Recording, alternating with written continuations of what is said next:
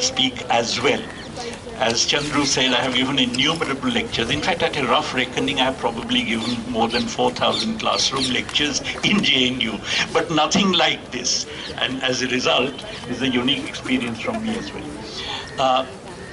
When we typically, the term nationalism is always discussed as if it is a homogeneous category, which is wrong.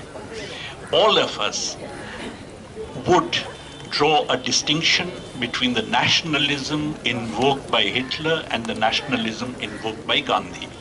But even though we do that, in a good deal of the literature, a good deal of the conceptual literature, this distinction is not drawn.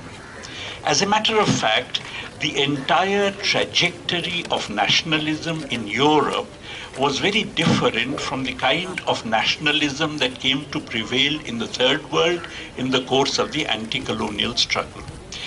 Europe was a place where the nation-state, nationalism, they came into vogue in the 17th century after the Westphalian treaties, which ended the 30 Years' War and the 100 Years' War. This nationalism which came into vogue in Europe had, to my mind, at least three very important characteristics.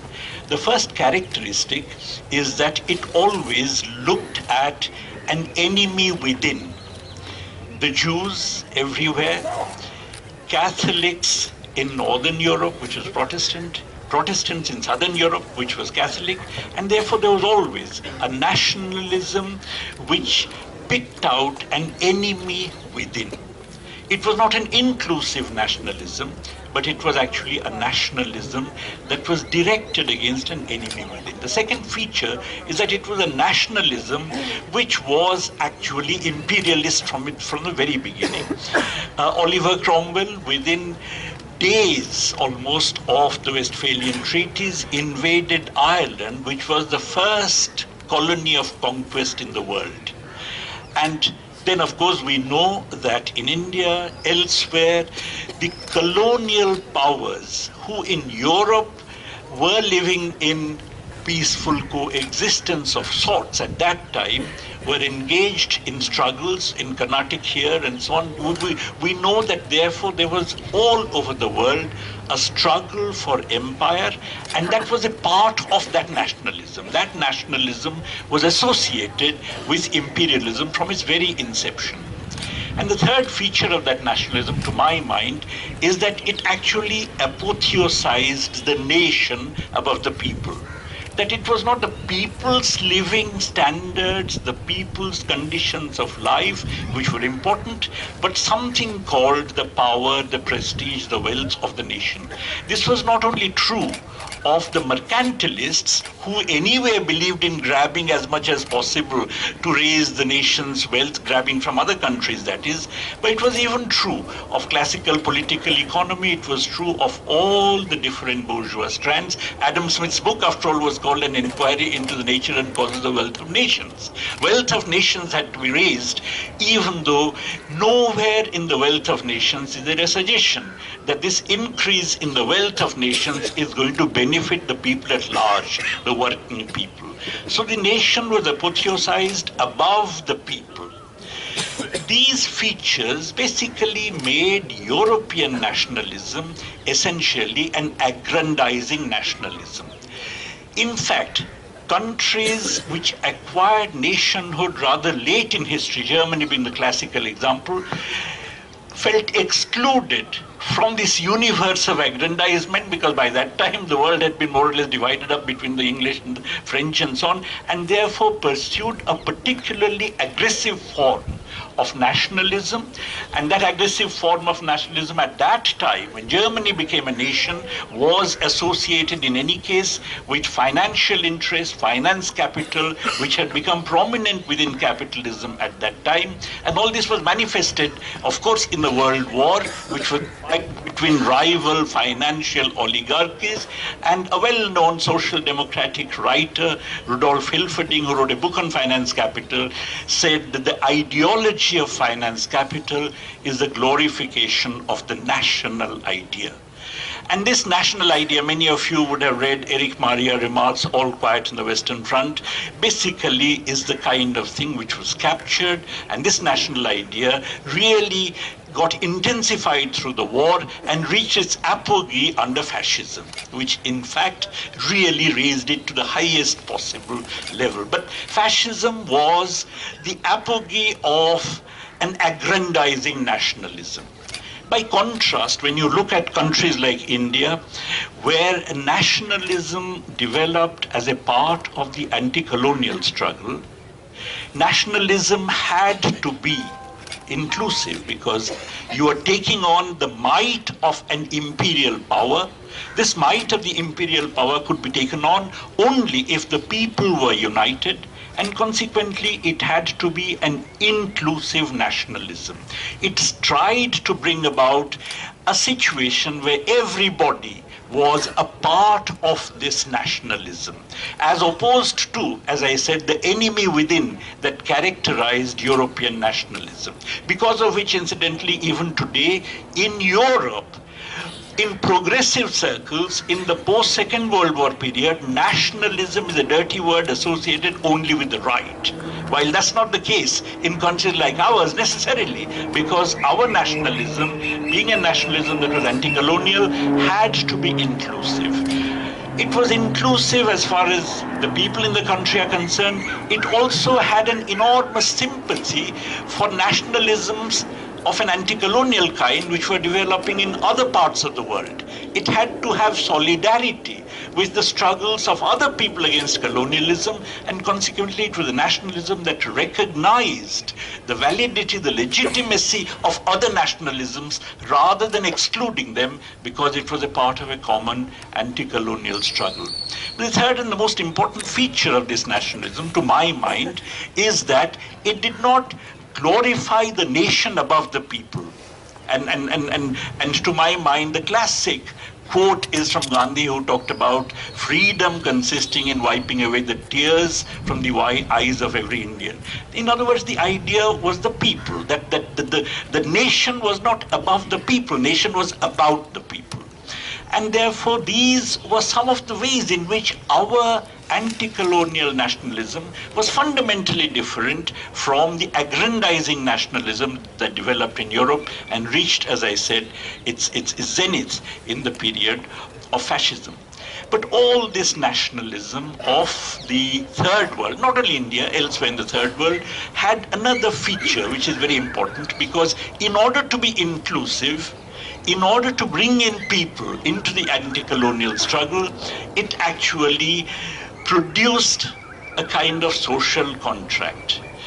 You look at the Freedom Charter in South Africa, you look at the Karachi Congress resolution in India, and elsewhere also, this kind of nationalism was really based on an agenda which in a sense was an agenda of inclusion, as an agenda of democracy, an agenda of egalitarianism. The Karachi Congress resolution, for instance, for the first time talked about universal adult suffrage being the basis for the formation of governments in post-independence India. It talked about many things. It talked about equality, it talked about juridical equality, equality before law, it talked about secularism in its own way, that the state will have no religion. It even talked about abolition of capital punishment, by the way, and it also talked about, abolition of capital punishment, which is very apposite at this time, because we are talking about Afzal Guru and Yaqub Memon and so on. And in 1931 Karachi Congress resolution, it was stated that free India will abolish capital punishment. And it talked about free and compulsory primary education, which we still really don't have, and so on. In many ways, it was really a charter. And that charter constituted a kind of implicit or explicit social contract on the basis of which our nationhood was formed. In other words, it was a nation which consisted of the people coming into nationhood, forming a nation state to replace the colonial state, or attempting to form a nation state to replace the colonial state. This was very different from, as I said, the aggrandizing nationalism of the European kind. Now, from the very inception, this inclusive nationalism really had a lot of internal enemies as it were. One very obvious enemy is that if you're talking about equality, if you're talking about equality before law, if you're talking about universal adult franchise, in that case, you are really dealing an incredibly powerful blow to the millennia-old caste structure in a situation of institutionalized inequality that had prevailed in our country for millennia. To talk about the fact that the Dalit would have the same political rights, the same vote, having the same value as the Brahmin was really something which was a revolutionary statement. And the fact that it was done in 1931, let's not forget that in France, universal adult franchise came in 45 and in India in 1952. But it was visualized in 1931 itself. In Britain, universal adult franchise still had not come, though in 1928 women got the vote, and therefore there is substantial extension of the franchise. But the idea that you actually have everybody having an equal vote and therefore choosing the government together was something which was really a revolutionary concept as far as traditional India was concerned. In fact, I come from a village in Orissa, and I remember the 1952 elections in which my village had a lot of Brahmin landlords. They were scandalized that their vote would have the same value as the vote of the Dalits who happened to be in that village. So it was really a major, substantial change. And obviously, this substantial change had its own enemies to start with, traditional society, and particularly the Hindutvawadis. Our JNU, one of my colleagues, Professor Suviraj Jaiswal of the History Center, has argued to my mind very persuasively that the essence of Hinduism is the caste system. That really there is, anything else can be altered, but the essence of Hinduism is the caste system. And the fact that you actually had a situation where a modern India was coming up that dealt a conceptual blow against the caste system was from the very beginning anathema as far as they are concerned. Many people, by the way, tried to look at, many people tried to look at the egalitarian tradition in India. Of course, there was a subterranean egalitarian tradition, but the basic dominant tradition, which was that of a society based on caste system, was inegalitarian. So I think looking at modern India, as in some sense a continuation of traditional India, is something which I really don't share very much. Modern India is one in which people are, as it were, raising themselves with their own bootstraps in order to constitute a nation, and it comes into being in the course of the anti-colonial struggle. The second kind of enemy of this inclusive, democratic, egalitarian nationalism, which was a part of the anti-colonial struggle, of course, came from capital. Now, one can say that capitalism, because of its inherently inequalizing tendencies, is really incompatible with the coming into being of such a nation. Because if the idea is egalitarian, then of course capitalism is not the way to do it. And in fact, whether you look at Gandhi, whether you look at Ambedkar, whether you look at Nehru, they all believed that somehow capitalism is not the solution to India's problem. Each of them had a different idea about what the solution was in terms of the economic regime. But all of them were united on this because they could see that capitalism, which is basically inequalizing tendencies, was really not the answer to the kind of modern India based on a new social contract that was coming into being. For a while, as we know, what we tried to develop in the Nehruvian era was a controlled capitalism, a regulated capitalism, in which the idea was, even though capitalists are there, they would be so hamstrung, they would be so tied up because of controls and regulations and so on, that really they cannot do much damage, that in some sense we do away with the inequalizing tendencies of capitalism.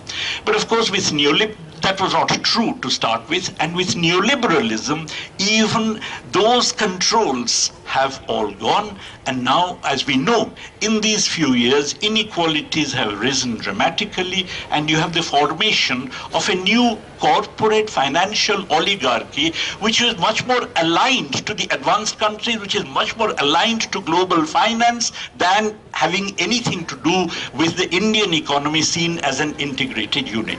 Our corporate groups go and buy companies elsewhere.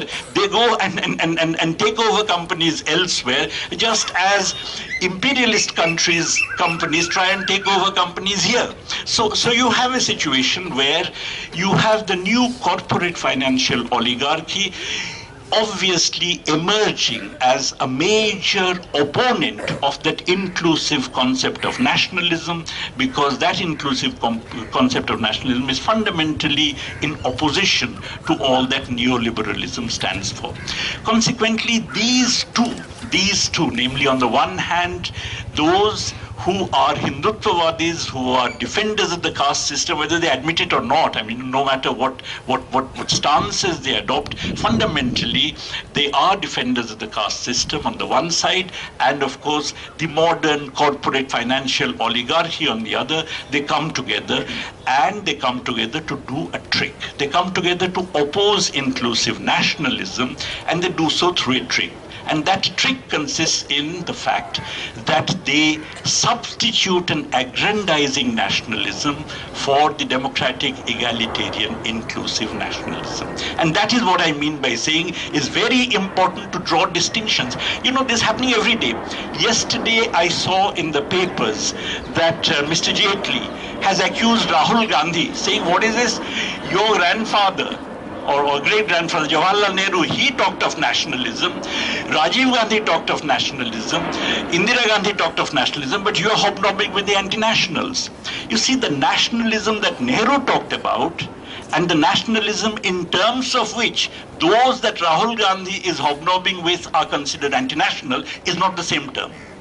In other words, there is a deception whereby the notion of nationalism as an inclusive, egalitarian, democratic concept is substituted by an aggrandizing nationalism, and the moral high ground that the former occupies is then sought to be claimed by the latter, saying that this is something which really we stand for. No, what you stand for is something very different from what Gandhi stood for. In fact, Gandhi was insistent that 55 crores of rupees should be handed over to Pakistan, which was due to them, against a lot of pressure at that time, including inside the Congress. So what Gandhi stood for as nationalism was very different from what you are calling nationalism. But you know, this verbal trick is playing a very important role in misleading people, and we should be sensitive to that.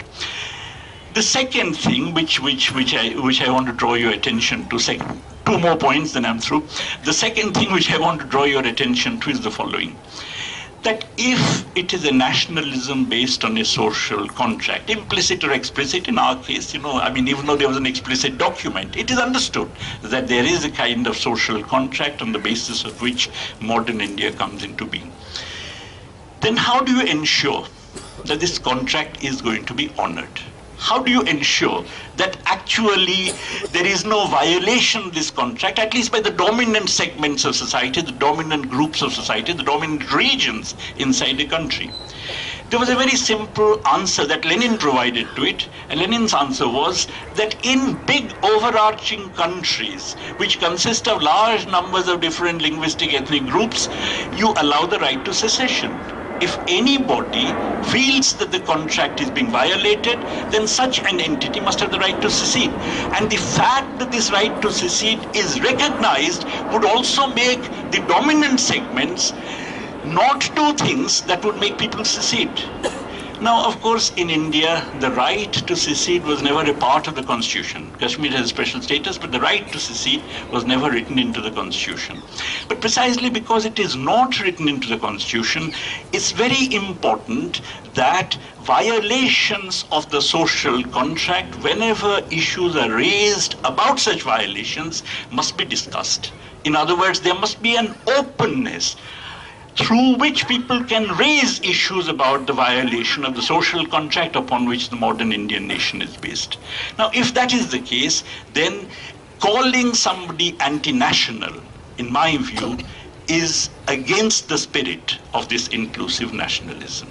In other words, one of the features of this inclusive nationalism is that the category of somebody being called anti-national just should not exist. Now, this is not okay. I know that this is not just a conceptual fact. As a matter of fact, there have been, in the past, a great degree of tolerance. There were transgressions. I believe Sheikh Muhammad Abdullah's arrest and so on was a transgression. But the point is that nonetheless, there was a degree of tolerance. For instance, for a very long time, the CPIM, the biggest communist party in the country, actually had in its program recognition of the right to secession. They changed it much later in the 70s, and on the grounds that this might be used by imperialism, not on the grounds that it's anti-national.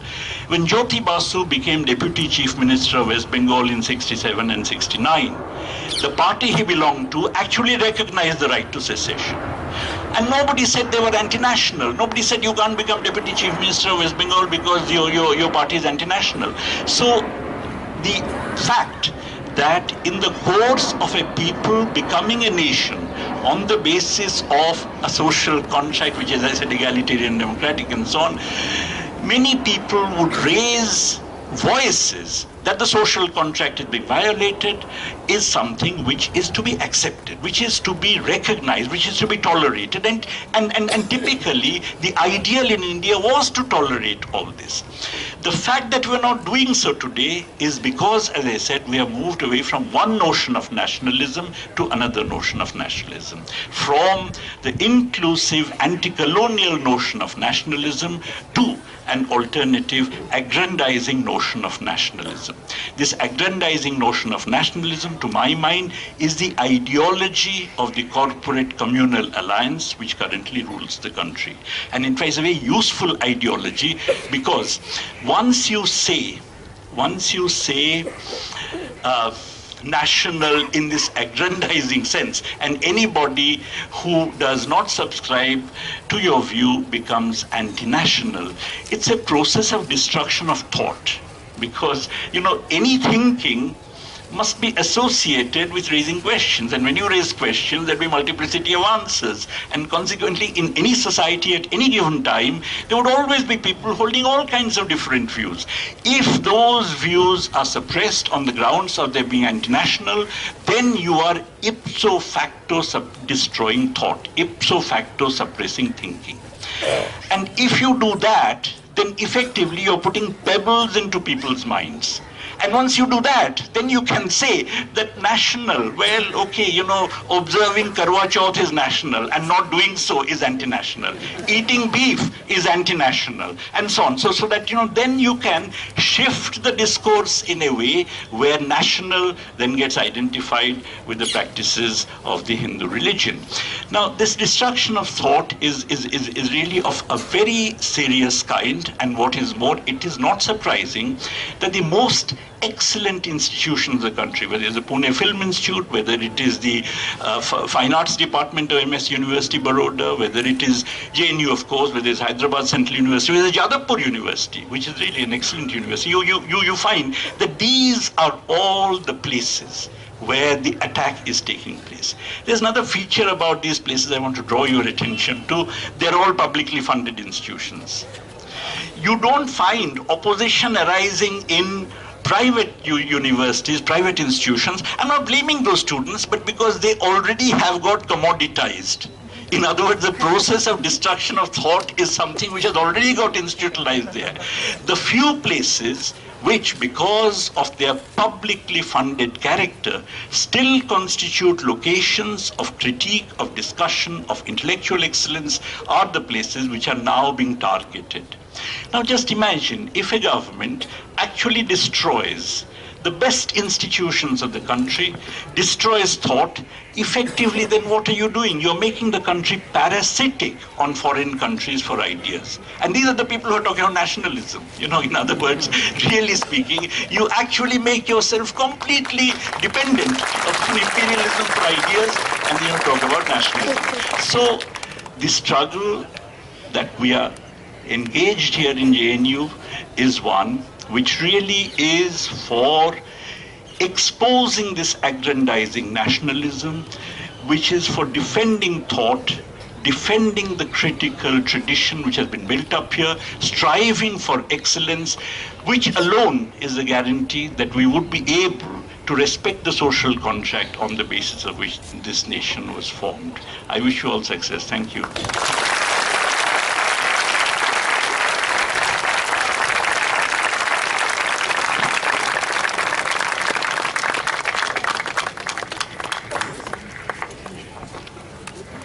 Thank you so much, sir. I think we can take few questions from the audience. So those who have questions, they can raise their hand. So please be in brief. King Suk, then.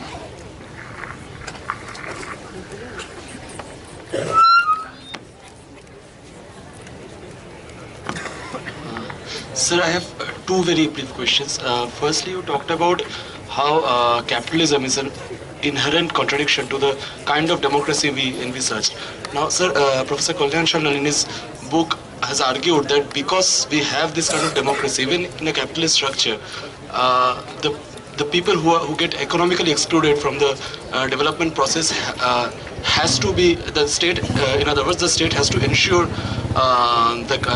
their living at least. In response to which a lot of an argument comes, notably from Professor Amit Bhaduri, says that the journey of neoliberalism is actually to destroy not only the economic existence but also the political existence of this periphery. So I want to know your views on that. And secondly, sort of linking question, you talked about even in the first generations of nation states how finance capital was a driving force. So I just want to know in a little brief manner that what exact links between this nationalism and finance capital have been studied. You know, the first thing I'd like to say is that Kalyan Shanal's argument supposes that there has been no absolute impoverishment of the people in this country. Okay, but on the other hand, in fact, Utsa's work and my wife Utsa Patnaik's work on nutrition, as you know, has shown that there has been a remarkable deterioration as far as nutrition is concerned. I mean, many people then argue that this nutritional deprivation is because of choice. But that's not true, because all over the world, as people become better off, the nutritional standard improves. It's, to my mind, quite likely that privatization of education, health, and so on has basically made such a big impact on people's budgets that they are forced to consume less. Okay, so I think this whole, the basic presumption that nobody has become worse off is a presumption that I would not accept. Your second point about finance capital, you see, the initial nationalism was based on mercantile capital. As a matter of fact, even though nationalism began in the post-Westphalian period, already in Elizabethan England, you know Shakespeare's famous this thing about the Emerald Isle and so on, but already you have whiffs of nationalism in Elizabethan England, and that's associated with the struggle against Spain for primitive accumulation, for looting and so on. So the point is that nationalism gets associated with mercantile capital in one stage, industrial capital later, when you have free trade policies being imposed on third world colonies because you want to sell your manufactured goods, get hold of raw materials. And finance capital at the later stage, I think only in the turn of the end of 19th, beginning of 20th centuries, it gets associated with finance capital. And Hilferding, as I said, argued that the ideology of finance capital is a glorification of the national idea.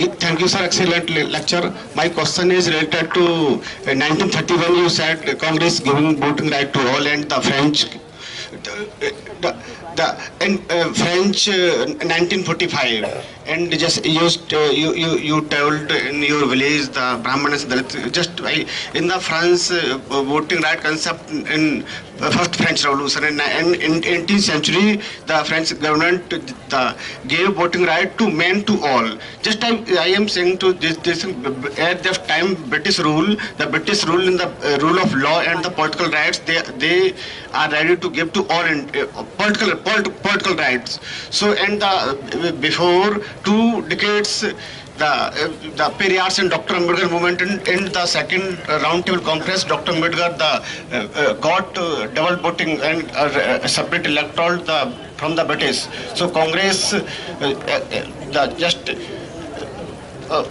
did not so that he is anti-Dalit. So the Congress party recognized that the voting right to all. I want your comment.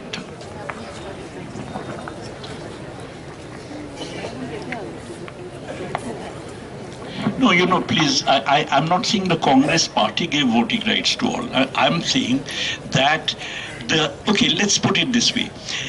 India's anti-colonial struggle took off in a very big way in the 30s. Okay, I think the cause for that had to do, in my view, with the distress of the peasantry during the Great Revolution and so on. But when it took off on the basis of a certain agenda. Prior to that, nobody had defined what is free India going to look like. Okay, that agenda was prepared and it was passed in 1931. The preparation of the agenda is something which, of course, I think the left had a very big influence upon it. But the point is that was the agenda. The voting right actually came with was ensured by the Constitution drafted by Dr. Ambedkar and came with the 1952 elections for the first time. In France, the first time that actually you had universal adult suffrage, universal. Women had not got the vote even in Britain till 1928. And even after that, there was some kind of minor property restrictions and so on and so forth. But universal adult suffrage in Britain came earlier. Let's take it as 1928. In France, it came in 1945. And in India, it was there in 1952. The point I'm trying to make is that when Europe is breaking out of that old kind of nationalism, we are developing a nationalism that is not the old kind of nationalism, which is an altogether new nationalism. Okay, many European scholars do not recognize it. They actually think nationalism is a dirty word, no matter whether it is nationalism of the National Front in Britain or it's nationalism of, let's say, the anti-neoliberal fighters in India or elsewhere. Now that's a mistake because these are two very different terms. Whenever you talk, for instance, about fighting against neoliberalism, delinking yourself from liberalization and globalization, many people say, oh, but that's a reactionary idea. No. Because in our context, it has to be seen as a continuation of the anti-colonial, anti-imperialist fight of today.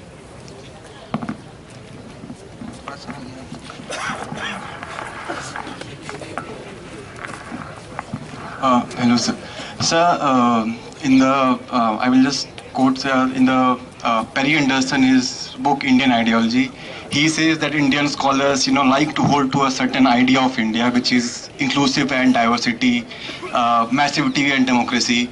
And he says perhaps that's not true. He accuses the Indian nationalism of being a certain kind of Hindu nationalism, which had no respect for untouchables, which had huge massacres of Muslims, and he talks about partition, and while in the formation of nationhood and even after the forming of nation, the kind of atrocious laws which were passed. And he says there has been a silence, and even if you look at the basis of Indian nationalism, there is a certain tendency built into it. So I want your comments on that. Secondly, sir, after the neoliberalism, you see there is a certain kind of nationalistic tendency, which is cultural nationalism, which one sees in Japan, Singapore, and even in Indonesia, where a certain kind of progress, which you call aggrandizement of a certain sense, is also happening in third world countries. It's common, the pattern is common. So how do you respond to that? I'm glad you raised this question because you see the the inclusive nationalism of the third world. You just see, there was a time you had, let's say, Sukarno, you had Nkrumah, you had in India, you had elsewhere, you know, the world was dotted by great figures of the anti-colonial struggle. And the world was dotted also by people who are trying to develop their economies in a way that is relatively autonomous from imperialism. Okay. Why is it that all of them collapsed? Okay, let's just look at some of these countries. You talk about Iraq. Iraq had the largest communist party in the Arab world. That was decimated by a coup by Saddam Hussein, which was supported by the CIA. Iran actually had, under Mossadegh, supported by the left, nationalized oil. And they had a coup which installed the Shah by the CIA itself, and then that entire tradition got decimated. Okay, you look at Sudan, the largest communist party in Africa. Okay, the CIA staged a coup in which Majoub, who was the general secretary of the Communist Party, was assassinated, and Nimieri was placed there. All over the world, the attempt to roll back this inclusive nationalism has actually been done by the US imperialism. When, because of this, that inclusive nationalism, the progressive tradition dies out, and in its place you have Islamic fundamentalism of various kinds, which they themselves had supported. As a means of destroying the inclusive nationalism, they are aghast. Because like Frankenstein's monster, it comes to haunt them. You know, so the point is that I agree with you that in the third world now, you have all kinds of aggrandizing nationalisms coming up. But a great deal of the Islamic nationalism that's coming up is also anti-imperialist. So you have very peculiar mixtures coming up. But on the other, I mean, many of these, even IS, or Taliban, many of them were actually supported and created by US imperialism. Many of them have turned against it. But the unique feature of the Indian Hindu variety of aggrandizing nationalism is that it's pro-imperialist. There's absolutely no programmatic opposition. Even I was taken aback by that, because when neoliberalism happened, Swadeshi Jagran Manch, and I thought maybe there would be some element of opposition to the neoliberal agenda arising from the Hindutva forces. Zero. They were tiny, but look at them in power, whether Vajpayee was there or current government. So the point is that Hindutva forces have never been anti-imperialist. Okay, which is not true of some of the Islamic forces, even when they were supported and propped up by US imperialism. But as I say, what we see in the third world today is a mosaic pattern into which US imperialism has put in a great deal of inputs. I'm not saying they planned this mosaic pattern, but it has emerged because of their interventions. I believe personally that if these Hindutva forces get their sway, if their sway continues, if it is the case that we actually have this kind of an aggrandizing nationalism coming up, and a destruction of the inclusive nationalism, you'll have a social disintegration of the country. It's not just bad morally. I think then India would join the ranks of the failed states. Okay. Finally, the question on Perry Anderson. I began by saying that a lot of people don't distinguish between these two nationalisms. And that lot of people is not only the Indian right, but also the European left. Okay. I think substantial segments of the European left does not distinguish between these two kinds of nationalism. Perry Anderson is a classic example, like the Indian right, which is pretending that this aggrandizing nationalism they are pushing on the basis of which they say Kanhaiya is anti-national, this, that, and the other, is the same as the anti-colonial nationalism, and they're trying to appropriate, therefore, the moral stature of the anti-colonial nationalism in people's minds for their own purposes.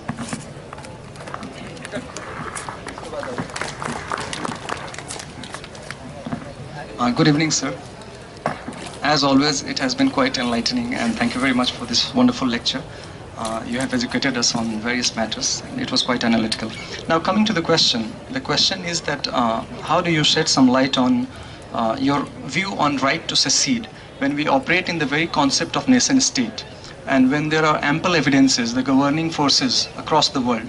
It is very difficult. I don't think that there are countries in which it can be advocated, for that matter, that they have the right to secede, for that matter. We have our own inherent contradictions because of the very pluralistic nature of the Indian society. We have bear the brunt historically, have been enslaved by people, have been governed by others and all that. Now, I don't want to take any, I don't have any political positions and all that. There are too many things to touch upon right here on this stage, basically. But since you haven't talked about those, one of the hypocrisy that I see, to be very honest, addressing all this meeting, sorry for the intervention. Second thing is that when JNU meeting was, held few days back, the first meeting as a press conference, I was right here for 2.5 hours. There was no mention, unconditional demands were put. I mean, just to bring the neutrality in our discussion and not coming up with hypocrisy. For 2.5 years, not even once, what led to precipitation of all these things was not even mentioned for once. I mean, I'm very much proud that all the forces, we are basically, portraying to things that are very much important nationally, that we are standing up to whatever occurrences are all across, India, and we are being the force. I'm quite, happy for various things, but I fail to understand the rationality when it comes to, Kashmiri, so I don't want to get into that, to be very honest. But basically, all of us know historical tracings of Kashmir and all that, but then why don't we talk of the rights of those people who live beyond that? And I mean, I want to talk of POK. That too, if you think of Kashmir is, to me, to my understanding, I must be bold enough and confess the fact that this is not only a political issue. It has something to do with, religion also. We have bear the brunt of, religious division. Perhaps the only nation which was, so I don't want to get into all this, but there are much deeper implications and issues that are to be touched upon, I personally feel. And we, being the student community, the whole nation look up to us. I think that our nature, wherever politics come, the reasoning, and because of biasness, it gets altered. But I think we need more introspection on that thing. Thank you very much. So the first thing. And for that matter, if Manu Smith is right there, I do advocate pretty much in favor. Wait for a moment. I mean, this is after 1 month. I'm taking your 5 to 10 minutes, and this is for ourselves. This is including me also. Just a second, my dear brother. If it is for Manu Smriti, I think it is for Vedas too. It is for question I asked once. This is question I asked once, shedding some light on right to secede about this thing. Then the second thing is that, just a point of intervention, that it should be equally advocated unequivocally for Vedas, for Quran, wherever, because of the passage of time, something becomes irrelevant. That should be burnt, that should be thrown out. That is what.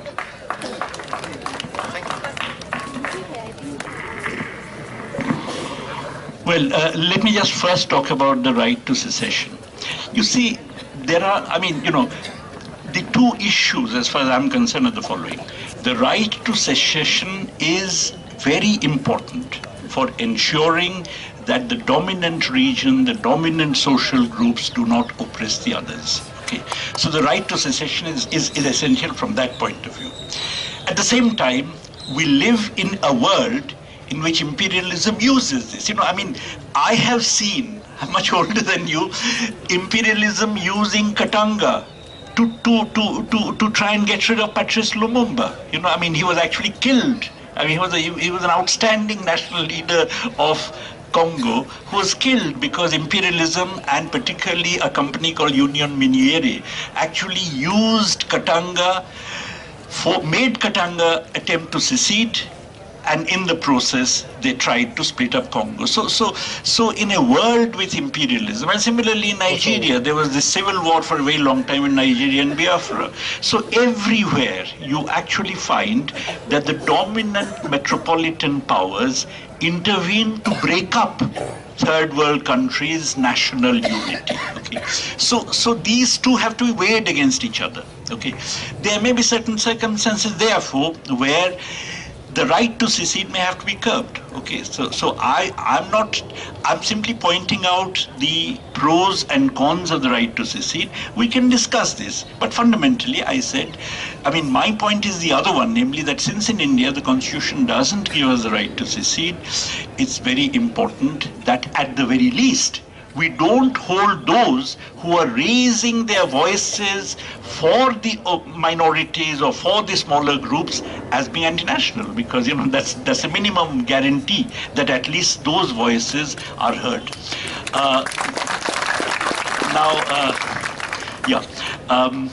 About your other points, I mean, what Janu Tanzan said is, I'm really not a part of it. ये 3-4 लोग और हैं.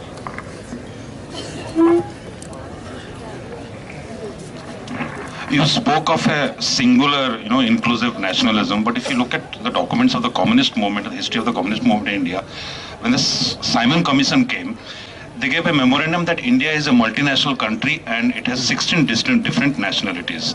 So what is your take on that? Then nationalism, as modern nationalism, is a product of political modernity, which includes the nation and the nation state. Now, the Marxist theory of state says that state is also a class organ. So how do you explain the class component of nationalism? Then you also spoke about many types of nationalism, including cultural nationalism. So what can be a Marxist theory of nationalism?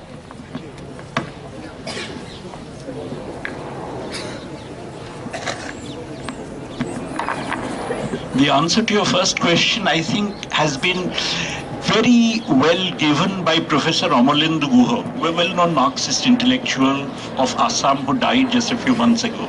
He said that in India, you have two different kind of nationalism. You have, I come from Odisha. I have an Odia nationalism associated with the nationality. That is the Odia nationality. There's a literature, there's a language. You feel in some sense proud. I mean, I personally don't, but that's a separate matter.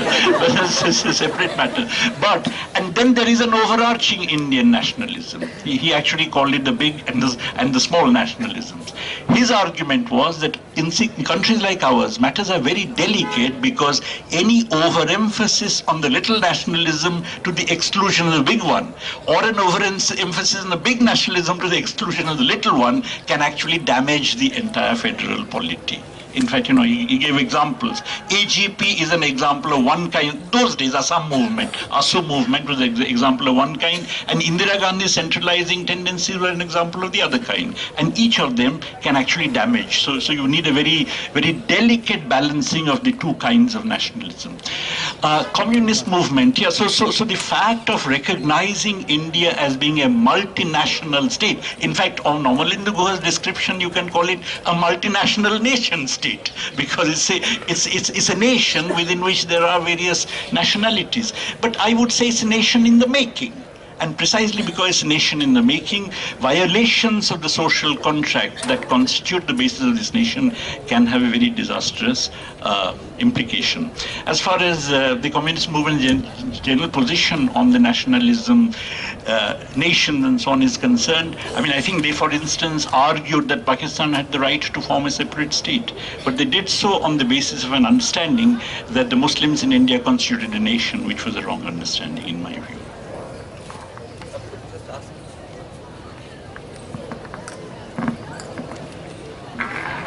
So, thank you for your lecture. I have two questions. One is, you talked about the Congress or the nation was ready to give political rights to all the citizens, including the Dalits. But Gandhi, or most of us know that he believed in the Varna Vyavastha. Was he negotiating? How do you think he was going to negotiate the economic rights for the Dalits? Because Hinduism, fundamentally, the four Varnas have different economical rights. How do you think Gandhi was going to negotiate that? Firstly, that is a question to be put to Gandhi, not to me. Secondly, I really never would like to use things like someone gave something to the Dalits. No, I mean, that's... No. Even in argument, I would not. Listen, I see the country as a people at large in the course of okay, let me just begin a little bit before that. That I believe that in the early 20th century, late 19th century, there were two gigantic movements in India. Traditionally, historians, I'm not a historian, but think of them as separate. One was the social emancipation movement of Phule, Periyar, Ambedkar, and so on. The other was the anti-colonial struggle. People tend to think of them as separate entities, and then it's very common to quote Gandhi on the caste system and to say Periyar didn't join the anti-colonial struggle later on and so on. But I do believe, and this is based on my own personal experience, because as I said, I come from a village. I've seen, that these two movements actually strengthen one another at the ground level. I see them as influencing one another. In other words, the fact that the national movement had the anti-colonial struggle had this enormous sweep and was forced, in a sense, to take a position to work out an agenda that would draw all the people of the country, an agenda of egalitarianism, was because it was occurring against the backdrop of the social emancipation movement. And of course, the social emancipation movement also is something that took off because there was a general sense of consciousness developing in the country at that time, certainly. So these two movements really helped one another, in my view, at the ground level. And the upshot of that is that in the process of the people becoming a nation on the basis of an agenda, equality became a part of that agenda. It was a condition for our nationhood. Okay, and I believe, no matter what Gandhi would have done or said, fundamentally, I do believe that I think capitalist development would undermine that agenda, and therefore would undermine that nationhood. For a very long time, it was believed that we'll keep them under control. Okay, but already by 1960, Nehru sets up the Mahalanobis committee to look at the inequalities in wealth and income, because already there is a view that these inequalities are increasing. Okay, and of course with neoliberalism, we know these inequalities have increased dramatically. Okay, when they have increased dramatically, now the corporate financial oligarchy makes use of communal forces to actually set up an alternative concept of nationalism. And that, to my mind, is what this business of aggrandizing nationalism on the basis of which Kanhaiya or Umar are called anti-national, that is really a shift in the definition of nationalism. And we should expose that to the public.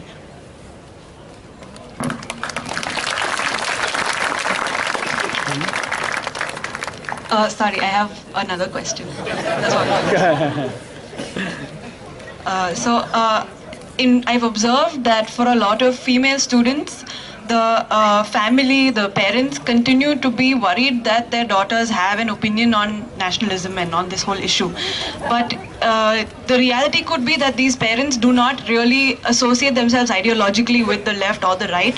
They vote because they see direct benefits from voting for a particular party. So they see, Make in India and everything else that's happening as something that will further their household as maybe the smallest unit of the nation. And that also lends them to continue to sentimentally identify with things like Bharat Mata and the general paternalistic attitude of the state toward people. So I was just hoping you could explicate a little on the links between the unit of the household as something that is a gendered sort of space. And I missed yesterday's lecture, which was on gender in the nation. But yeah, so the nation, nationalism, and the household as a unit. No, I'm not really very competent to talk about it, but I do think basically that, I think ideas are basically, let's say, ideas of the establishment, bourgeois ideas, are filtered through the household and come to persons. I think Jean-Paul Sartre had a theory which actually was based on this, that fundamentally reaction comes through religion, and that religion also is one which is inculcated through the family values and so on and so forth. Touch somebody's feet because he's old, etc. I think those are the ways in which the fact that you must not think for yourself is drilled into people from the very beginning. I think the family is a very reactionary unit. I mean, it's a fact. I think, and obviously gender inequalities are really pushed through the family. I think, however, I'm not very sure about the relation between nationalism, because I think at one level the current kind of nationalism is something that can be pushed through the family, Hindu family and this and that. But it must not be forgotten that also earlier, during the anti-colonial struggle, many people, women came out of their houses and came out of their families and actually went to jail and so on.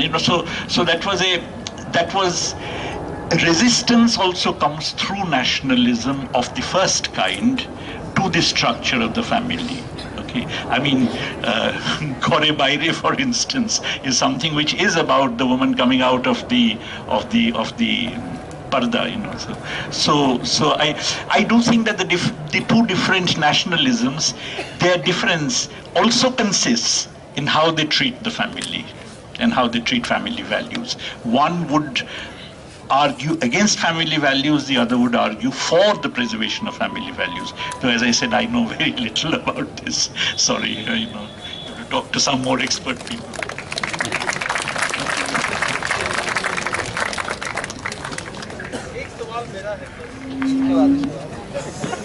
दो तीन सवाल ही लें, क्योंकि बहुत सारे हम लोग पता है सवाल है, लेकिन उसके बाद भी हम लोग पूछ सकते हैं. Sir, my question is, are crony capitalism and radical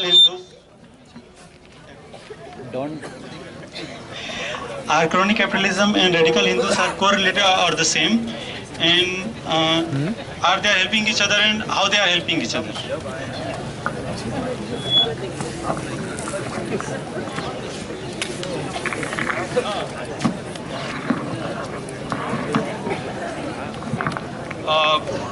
Thank you, sir, for the lecture, but I actually have a little uncomfortable question for you, because I also come from the left tradition and you are like doing of that. मेरा थोड़ा सा क्या हुआ कि मैं भारतीय वामपंथ के साथ जुड़ा, फिर नेपाली वामपंथ की यात्रा किया, माओवादी आंदोलन की यात्रा किया, उस पर मेरा काम है. और मेरा क्या हुआ कि एक्चुअली जो नेपाल का वामपंथ आप देखते हैं, मुझे क्या लगता है कि जो मैं निष्कर्ष पर पहुंचा हूं कि नेपाल का जो वामपंथ है, माओवादी वामपंथ, जिस पर इतनी आशाएं थी विश्व को एक दौर में, लेकिन वो अल्टीमेटली, जिसको मैं थ्योराइज करता हूं कैश माओवाद के रूप में, पार्लियामेंटेरियन पथ में जाकर के उन्होंने अपना सब कुछ छोड़ दिया. और उसमें साथ साथ एक तत्व है जिसको कहते हैं ब्राह्मणवादी मार्क्सवाद. तो ब्राह्मणिकल जो मार्क्सिज्म है, उसको भारत के संदर्भ में जब हम देखते हैं, नेपाल तो क्लासिकल केस है कि यहाँ पर हिंदुस्तान कहा जाता है, वो लैंड ऑफ असली हिंदुओं का स्थान है, मतलब real land of Hindustan, Hindu people, those who have the right to bear sacred thread. Bharat में क्या है कि भारत में भी जो हमारा जो संघी ब्रिगेड है, वो इसको एक रियल लैंड ऑफ हिंदुस्तान बनाना चाहता है, हिंदुस्तान बनाना चाहता है. लेकिन भारतीय कम्युनिस्ट पार्टियों के साथ कि मतलब इस सवाल को जो जिस किस्म का नेशनलिज्म कांग्रेस ने डेवलप किया, पावर में आए बाद में, उसका ही एक एग्रेसिव फॉर्म में बीजेपी उसको लेके आना चाहती है. लेकिन उसको चुनौती देने का जो मामला है वो कम्युनिस्ट पार्टियों का था, भारतीय कम्युनिस्ट पार्टियों का, इंडियन लेफ्ट का. और इंडियन लेफ्ट ने उस सवाल को विकसित नहीं किया, मतलब कास्ट के सवाल को नहीं समझा पाया, क्योंकि तभी जब ये सवाल जब आता है भारत माता की जय के आगे सब कुछ फेल, खत्म, आपका पास पोजीशन नहीं है. आप उस जनता के सामने किस किस्म के राष्ट्रवाद को आप खड़ा करोगे, जिसको हम कहते हैं मेहनतकश जनता का राष्ट्रवाद, जिसमें किसान है, मजदूर है, बहुजन जनता है. उस सवाल पर मैं आपका टिप्पणी चाहूंगा.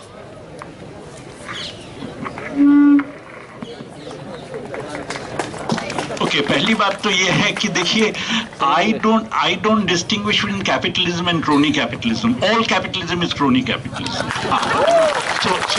So this ideal capitalism that doesn't exist. All right, but I think now the fact is that you're talking about the relation of BJP with Indian capitalism, and I think what has happened is that since neoliberalism has increased inequalities dramatically, a lot of the political parties, and Congress is one of them, which at least paid some lip service, if not, having some actual concern with, let's say, some relief for the poor and so on. MGNREGS, after all, is a kind of relief for the poor. So all political parties of that kind, in a sense, which came out of the freedom struggle, which the BJP did not, that they are uncomfortable in the era of neoliberalism. I would say in the Congress, for instance, while Manmohan Singh and Chidambaram were unashamed neoliberals, perhaps Sonia Gandhi and Rahul Gandhi, who were talking about MG and REGS, wanted to provide. Someone asked me a question on Kalyan Sanyal argument. They wanted to provide some degree of support and relief. Now the BJP is free of all that. They never came out of the national struggle. They have never talked about a redistributive agenda. Recently, in the first time in this budget, Jaitley talked about pro-poor, pro-farmer, on the basis of which in Calcutta, the Ananda Bajar group is actually saying Modi has become a leftist. But as Professor Chandrasekhar has shown with great detail and looking at figures and so on, all that is hogwash. The fact that they feel the need to project an image of that kind is interesting, but they have actually done nothing. Okay, so I think that way the corporate financial oligarchy finds it more comfortable to align with these people, also because of the fact that in a period of crisis, it becomes easier to divert attention into Hindutva, all this anti-national and all that kind of stuff. About the Indian communists, well, let's be very clear about one thing. Communism is not something which is on the decline only in India. It's in decline all over the world. Okay. In France, 75,000 communists were executed in the Second World War. It had an incredible